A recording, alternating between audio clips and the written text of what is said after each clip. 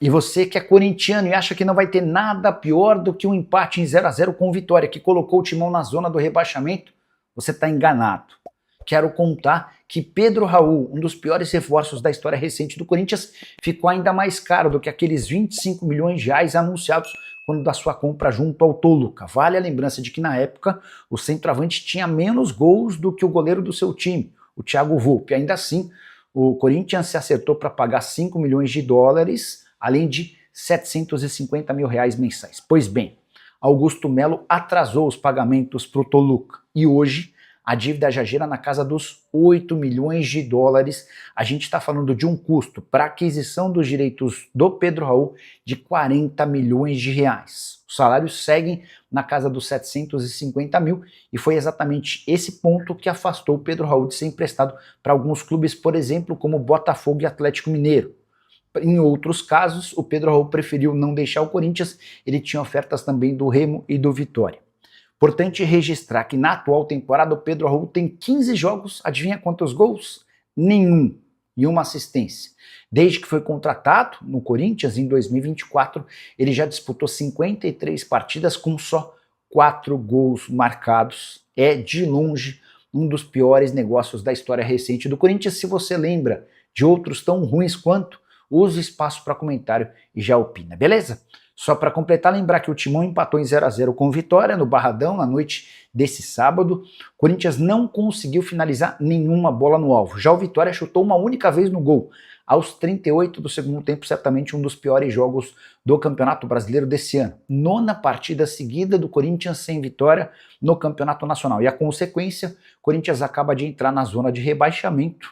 Tudo porque o Cruzeiro venceu o Grêmio e ultrapassou o Timão, que caiu para a 17ª colocação. Olha, assim, bem cá entre nós, se o futebol nascesse como um jogo desse, ele não viraria o que virou. Assim, não, teria acabado. Não, ele teria acabado. O Lucas Arcanjo não fez uma defesa. Não, um chute a 0. Não, os melhores momentos... Leão, alguém vai ser responsável por fazer os melhores momentos. Eu quero saber quem vai ser esse cara. Porque que coisa... Mas tem... É o Ismael? Porra, o Ismael, gente, alguém paga uma breja pra ele hoje. São 19 finalizações, das 19, juntando, né? 12 do Vitória e 7 do Corinthians. Só uma do Vitória que foi no segundo tempo, aquele já no final do jogo, que o Hugo faz a defesa. Óbvio que a gente vai se apegar muito mais às estatísticas para analisar e os melhores momentos para entender o porquê ou o que não aconteceu, mas um jogo fraco, né? Os números, eles falam sobre isso. A falta de participação dos goleiros fala sobre isso e o Corinthians com boa parte dos seus jogadores principais, né? Olha lá, a gente tá vendo os melhores momentos, tá? A bola zanza a área, mas vamos chamar de momentos? Momentos. Isso. Vamos ver os momentos da partida. Vamos ver aí, ó, vamos lá. Jogada pela esquerda, lá vem o cruzamento, chutou! Uau! Prates do céu! Mas vamos lá, ó. Eu tinha falado isso no bloco do São Paulo, sobre a derrota do Vitória, e agora o Mendel fala... esse foi o chute a gol, né? Esse é o chute a gol. E aí o Vitória... Acompanhou? E o Mendel falou sobre essa coisa. Em casa o Vitória está muito bem, tinha 4 vitórias em 5 jogos, agora 4 em 6. Então vamos lá, do ponto de vista de resultado, no momento, qualquer time que vai jogar com Vitória no Barradão... sai com empate e não parece ser... aventura, viu, sem dúvida. Tem sérias limitações, já tinha ano passado. E consegue, o time tem muita organização defensiva, não é que o time se defende, não. O time sabe o que tem que fazer para defender. O time muitas vezes é direto com a bola. E alguns jogadores cresceram muito com o Jair Ventura que não jogaram contra o técnico ou contra os técnicos que jogam com ele. Sim. Então é mérito dele. E uma coisa que é curiosa, né? Desde que chegou ao Corinthians, o Diniz... 0 gols em 4 jogos, não tomou nenhum gol. No Brasileiro não fez também, né? Só que no Brasileiro são 2 0-0, tudo bem. Teve o jogo com 2 homens a menos e aí esse jogo contra o Vitória fora. Nesse momento, em função do resultado parcial, vitória do Cruzeiro contra o Grêmio 2-0, o Corinthians está na zona do rebaixamento. Sim. E são 9 jogos sem vencer no Brasileirão. É aquilo que a gente estava falando no bloco do Vasco, né? Essa coisa do... Precisa uma hora remar, claro. Tá lá na frente e não tá correndo risco, Prates. Eu não coloco como candidato a rebaixamento o Corinthians não, Felipe. Agora que o incômodo é incômodo para quem olha para a tabela, é incômodo para o corintiano que vai olhar a classificação, o time está ali em 17º. Eu vejo como uma situação momentânea. Acho que a jogadora. Eu também, mas eu desculpa interromper. Eu adoro matemática. Vocês falaram que humanas e tal, eu adoro matemática. Vamos lá. Você não é jornalista, hoje, então, né, Felipe? Minha família é só de engenheiro. Eu cresci com aqueles jogos de matemática. Eu adoro números também, porque eu vim de exatas, então vamos lá. Mas vamos lá.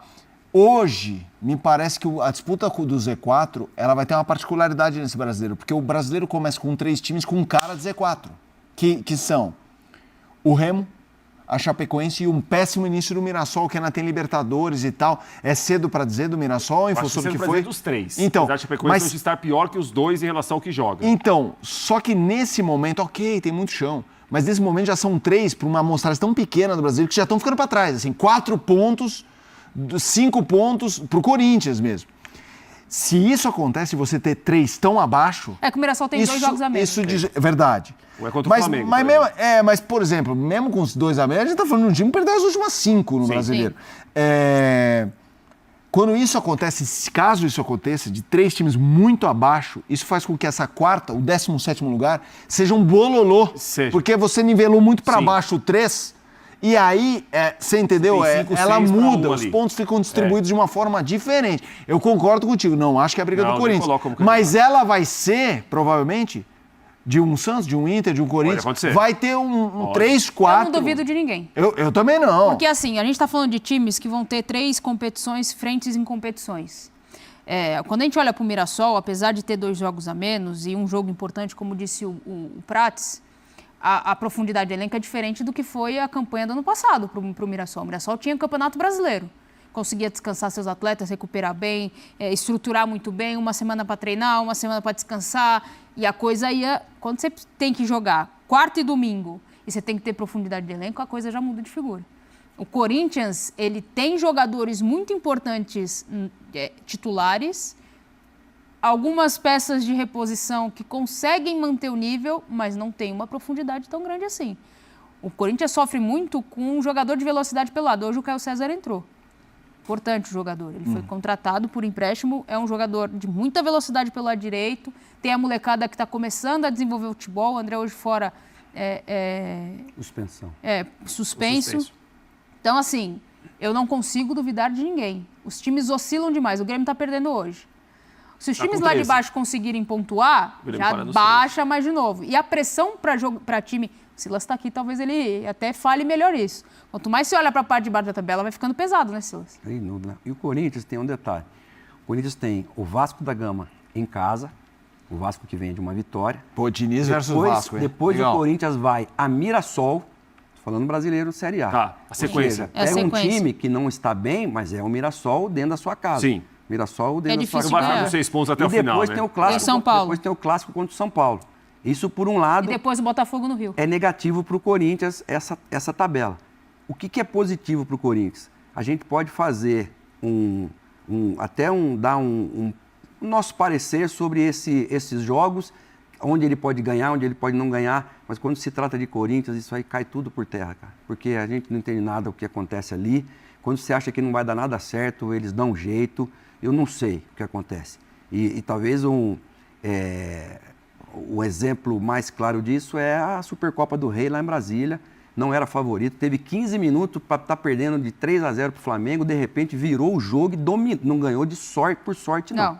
Dominou o jogo contra o time que era o melhor time do Brasil, que vinha de jogar um Mundial, de perder nos pênaltis para o PSG, para o Paris Saint-Germain. Não é que perdeu ali no futebol, não. Então o Corinthians tem essa particularidade. Não dá nunca para... Agora, se é um outro time, você fala chance de rebaixamento é gigante. Estamos na 12ª rodada, 11ª para alguns. Então, assim, não é muito cedo para cravar qualquer coisa. Mas esses 4 jogos... São jogos pesados. São jogos duros. Muito pesados. São jogos duros, claro que sim. Claro que sim. Assim, para mim é muito mais um incômodo pela situação. Sim. É um longo período sem vitória, são 9 jogos sem vencer no Brasileiro. Sim. Dorival caiu por isso também, o Diniz até agora, o time teve um começo positivo na Libertadores. 2 vitórias na Libertadores. Claro.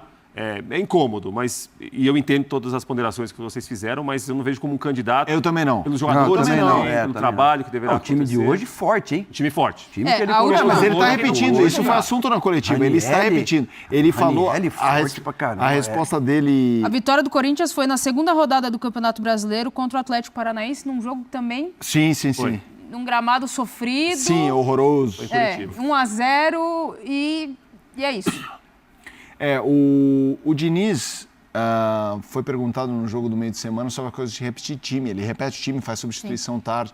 Ele falou que leva super a sério a ciência, a fisiologia e tal, mas que ele foca muito também em itens que são invisíveis, que você não consegue mensurar. Por exemplo, a alegria do cara, a repetição, essa repetição de confiança, ganhar confiança, e ele tem tentado fazer isso ao máximo. O Corinthians pega quem na Copa do Brasil? O Barra. O Barra. Que ganhou a Série D e vai para a Série C. É um time estruturado.